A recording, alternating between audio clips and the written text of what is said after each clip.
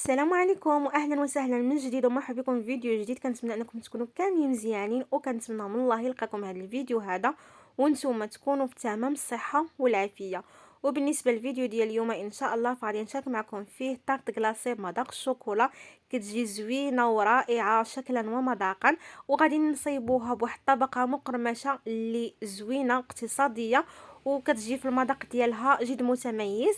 غادي نصايبو ايضا كلاصاج ميغوار او لا كلاصاج لامع اللي كيكون ناجح ان شاء الله غادي ينجح معكم من اول تجربه. فكما العاده ما غاديش نطول عليكم، غادي نخليكم مع الطريقه ومع المقادير. وقبل ما نبداو ففضلا وليس امرا، اذا كنتم مازال ما شاركتوش في القناه شاركوا وفعلوا الجرس باش تبقاو دائما توصلوا بجديد الفيديوهات. ونبداو الفيديو ديالنا بسم الله على بركه الله. اول حاجه غادي نصايبوها فهي لاجينواز، والمقادير اللي غادي نحتاجوا لهاد لاجينواز هذه غادي نحتاجوا جوج بيضات، 75 غرام ديال سكر سنيده، 50 غرام ديال الدقيق يكون من النوع الجيد اللي مغربل من قبل، وعندنا 25 غرام ديال النشا، عندي هنا رشه ملح والملح دائما كيبقى لصحيح الذوق، عندي هنا واحد راس ملعقه ديال البودره ديال الفانيلا، الا ما كانش متوفر عندكم استعملوا داك الكيس ديال الفانيلا من فئه 100 غرام اللي كتكون فيه يمكن 7 غرام ونص. وعندنا هنا خميره ديال الحلويات اللي غادي نحتاج منها حتى هي غير راس الملعقه. ناخذ البيض نزيدو عليه فانيلا بودر،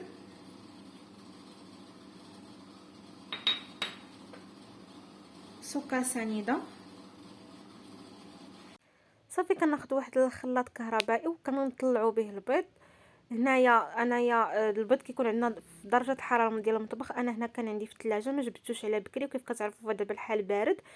درت هنايا واحد البانيو اللي فيه الماء دافي، وعاد حطيت فوق منه هذيك الزلافه فين كنطرب البيض هكا باش كتجينا هذيك فكره. يعني الا كنتو نسيتو في حالي هكا نسيتو البيض ما جبتوش على بكري كديروا هذه الطريقه هذه، يعني كتخدموا بالبيض تيكون دافي. صافي هنايا كنطلعوا البيض دائما بالاستعانه ديال الخلاط الكهربائي حتى كيضاعف لينا الحجم ديالو، كيتغير لينا اللون ديالو حتى كيولي لنا اللون ديالو ابيض، وكنحصلوا على هذا القوام هذا اللي كتشوفوا معايا. وهنايا الخليط ديالنا واجد. في هذه الاثناء هذه غادي ندوزو باش غادي نضيفوا النواشف. بالنسبه للنواشف غادي نضيفوا الدقيق تدريجيا، وحنايا كنخلطوا غير بشويه باش بلا ما نطيحوا هذاك البيض باش نحافظوا على القوام ديالو. هنا انا راني مسرعه ولكنني راني في الحقيقه كنضيفوا غير يعني غير تدريجيا وغير بشويه، كنحاول انني ندخل الدقيق. صافي من بعد كنضيفوا النشا كذلك هذيك الكميه اللي عندنا، كنضيفوا الملح باش ما كنساوش الملح دائما كيف كيبقى لتصحيح الذوق. ومن بعد هنايا كنضيفوا الخميره ديال الحلويات اللي كنحتاجوا منها غير راس ملعقه. وصافي هو هنايا الخليط ديال لاجينواز ديالنا يا واجد. هنا غادي ناخذوا اللاطه اللي غادي ندخلوها للفرن، دايره فيها هنايا الورق ديال المطبخ، غادي نفرغ فيها هذا الخليط هذا ونحاول انني نسوي له الوجه ديالو باش كتجينا الجينواز مقاده. بالنسبه للفرن فراني مشي على كيسخن على 200 درجه الفوق والتحت، وهنا ملي كملت فغادي ندخل هاد اللاطه هذه. بالنسبه للمده ديال الطياب ف 10 ديال الدقائق كتكون الجينواز ديالنا واجده، ما كتاخذش لينا يعني وقت كثير. وصافي هي هنايا الجينواز ديالنا هنايا من بعد ما طابت غادي ندوزو باش غادي نطراسيوها. غادي تستعملوا يعني اي اطار عندكم، انا غادي نستعمل هذا اللي تيجي على الشكل ديال القلب، غادي نطراسي به. ومن بعد غادي نقطع القياس اللي بغيت. هذا راه كيكونوا يعني كيتزادوا كيتنقصوا، خديت القياس اللي بغيت وقطعته. صافي هنايا الجينواز هي واجده، غادي نخليها على جنب. وهنايا غادي ندوزو باش غادي نصيبوا الطبقه المقرمشه، واحد الطبقه اللي اقتصاديه وزوينه وكتجي متميزه. غادي ناخذ هنايا كاس مزيج ما بين الشوفان وما بين اللوز، وتقدروا تستعملوا غير حاجه وحده كاع. انتم اذا بغيتوا تقدروا يعني تستعملوا حتى الشوفان بوحديتو فراه كيجي زوين. ومن بعد هنايا غادي نضيفوا رشه ملح، وغادي نضيفوا واحد راس ملعقه ديال الفاني بودر، يمكن لكم انكم تستغناو على الفاني. صافي هنايا غير باش كيسمن لينا. هنايا من بعد خديت عندي 3 المعالق كبارين ديال سكر سنيده، هنا كان عندي في المجموع 6، درت غير نصف الكميه يعني درت غير 3 ديال المعالق كبدايه وصافي. من بعد هنا غادي ندير واحد الملعقه كبيره ديال الزبده، دائما تكون الزبده ديال الاكل صافي. وغادي نديو هاد المكونات هادو على البوطه، كنشعلوا عليهم واحد النار اللي كتكون مهيله دائما، فمع التحريك المستمر باش ما يتحرق لينا شي. داك السكر والشوفان كيف كتعرفوا دغيا كيتجمروا. كنبقاو هكايا كنحركوهم، وفي نفس الوقت حتى باش تذوب لينا هذيك الزبده. صافي هنا ملي كتوزع لينا الحراره، ودائما كيف قلت لكم مع التحريك المستمر، هنايا من بعد ما دابت هذيك الزبده وهذاك السكر تكراميليزا، هنا غادي نضيفوا ديك باقي الكميه ديال السكر سنيده اللي كانت تبقات لينا، دوك 3 ديال المعالق اللي قلت لكم الثانيين، غادي نضيفهم في هذه الاثناء هذه. ودائما ما كنهداوش عليهم وحنايا تنحركوا كيف قلت لكم باش ما يتحرقوا لينا شي هاد المكونات هادو.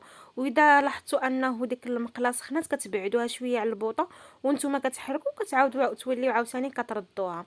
صافي ها هي الشوفان هنايا تكراميليزا هو وهذوك اللوز.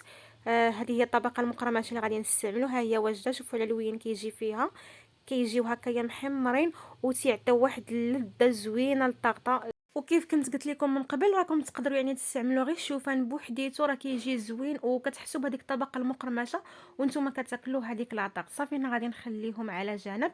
غادي ناخذ هنايا واحد الورق ديال المطبخ وغادي نوزعوه فيه باش كيبرد لينا. اما كتاخذوا ورق ديال المطبخ، اما طبسيل ديال البديل. صافي هنايا غادي نوزعوه هكايا باش كيبرد، وغادي نخليه على جنب.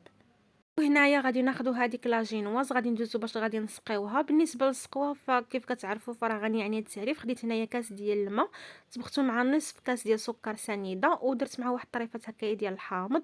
تقدروا تستعملوا اذا كانت عندكم القهوه ديال السريعه ديال الذوبان عوض الحامض، كديروا قهوه سريعه الذوبان وكتسقيو بها. كيف كتعرفوا فاش الشكلاط والقهوه كيتواتاو بزاف مع بعضياتهم. صافي هنا من بعد ما سقيتها مزيان غادي ندوز، غادي ناخذ هذاك الشوفان كيكون هنايا برد. كيف كتعرفوا فما خصناش نقيسوه هو تيكون سخون كيبقى كيتلصق في اليدين.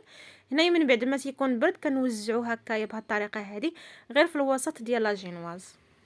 وصافي هنايا من بعد ما كملت كيفاش كتشوفوا خليتها هنايا على جنب. وفي هاد الاثناء هذه غادي ندوزو باش غادي نطلعوا الكريمه.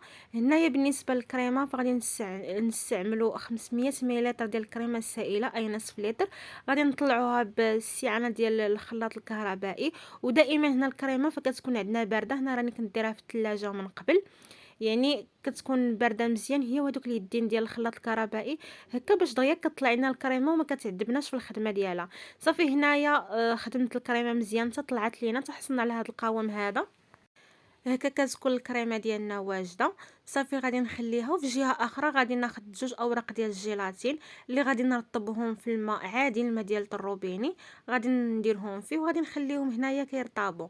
ومن بعد غادي ناخذ عندي هنايا 70 غرام ديال الشكلاط، اي نوعيه عندكم. انا استعملت غير داك الشكلاط العادي ديال الحلويات. خديت 70 غرام وقطعته هكايا طريفات باش دغيا كيذوب. وخديت معاه هنايا 70 ملل ديال الكريمه السائله اللي دفيتها. صافي وضفتها ليه هنايا وخلطتهم هكايا مع بعضياتهم. هذاك الشكلاط راه كيذوب لينا في هذيك الحراره ديال ديال الكريمه السائله. صافي هنايا خلطتهم. من بعد غادي نضيفهم حتى كيندمجوا لينا هكايا مزيان. هنايا ملي داب ليا الشكلاط من بعد غادي نضيف له هذوك الاوراق ديال الجيلاتين. هنا راهم تيكونوا طلقوا، كنعصرهم مزيان من الماء. نحاولوا اننا نعصرهم مزيان باش ما يخسرش لينا هذا الكاناج هذا. صافي من بعد غادي نضيفوهم. صافي من بعد غادي نضيف هذاك الجيلاتين لهاد الكاناج هذا. صافي وغادي نحاول انني نخلطو هكايا باش كيذوب لينا هذاك الجيلاتين. صافي هنايا غادي نجيبو هذيك الكريمه اللي خفقناها في النوبه الاولى. بالنسبه لهذا الكاناش هذا فكان ما كنضيفوش يعني هو سخون، حتى كنخليوه حتى كيدفى لنا واحد شويه. صافي غادي نضيفوه لهاد الكريمه هذه وحنايا كنخلطو غير بالسباتولا، وكنخلطو هكايا بنفس الاتجاه بهذه الطريقه هذه. وهنا نسيت ما قلت لكمش قبل، راني كنت ضفت كيف شفتوا واحد القليل من لاروم ديال الشكلاط اللي كتبقى بطبيعه الحال كتبقى اختياريه غير باش كتعزز لينا النكهه. وصافي هنايا صافي انا كنخلط حتى كنحصلوا على الكريمه ديالتنا. هي دابا هي هنايا واجده. من بعد كنجيبوا هذيك الجينواز وكنخويو ليها هذيك الكميه ديال الكريمه كامله، كنفرغوها. ومن بعد كنحاول اننا نساويو ليها الوجه، وبحال هكا كنخبطوها شي شويه مع سطح العامل باش كتقاد لينا. ونحاول اننا نساويو ليها الوجه باش تجينا مقاده، ودائما بالاستعانه ديال سباتول. وصافي هنا ملي سرحت لها الوجه ديالها غادي ناخذ هنايا بلاستيك غذائي وغادي نغطيها وغادي ندخلها للمجمد على الاقل واحد المده ديال 6 ديال السوايع. ومن الاحسن انكم تخليوها تبات، انا هنايا غادي نخليها تبات.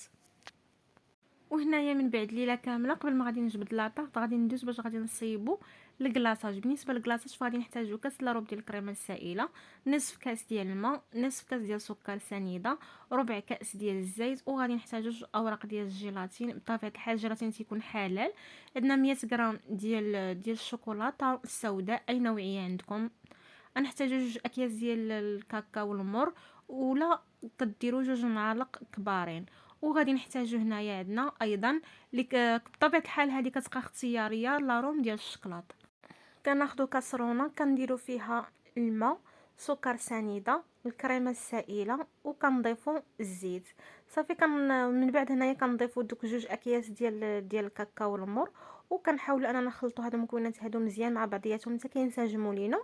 وهنايا كنديريهم على نار اللي كتكون متوسطه مع التحريك المستمر حتى كيبدا هاد الخليط هذا في الغليان. هنا ملي كيبدا يغلى لينا الخليط كنضيفوا هذوك 100 غرام ديال الشكلاط، هنايا وكنطفيو عليه البوطه كيدوب لينا هذاك الشكلاط في الحراره ديال الخليط. صافي ها هو هنايا الخليط ديالنا واجد. في هاد الاثناء هادي غادي نضيف له هذوك 2 اوراق هنايا ديال الجيلاتين كنعصرهم هنايا من الماء مزيان. نحاول اننا نعصرهم مزيان باش ما يضيعش لينا هاد الكلاصاج هذا، ما خصناش نهزو معاه الماء.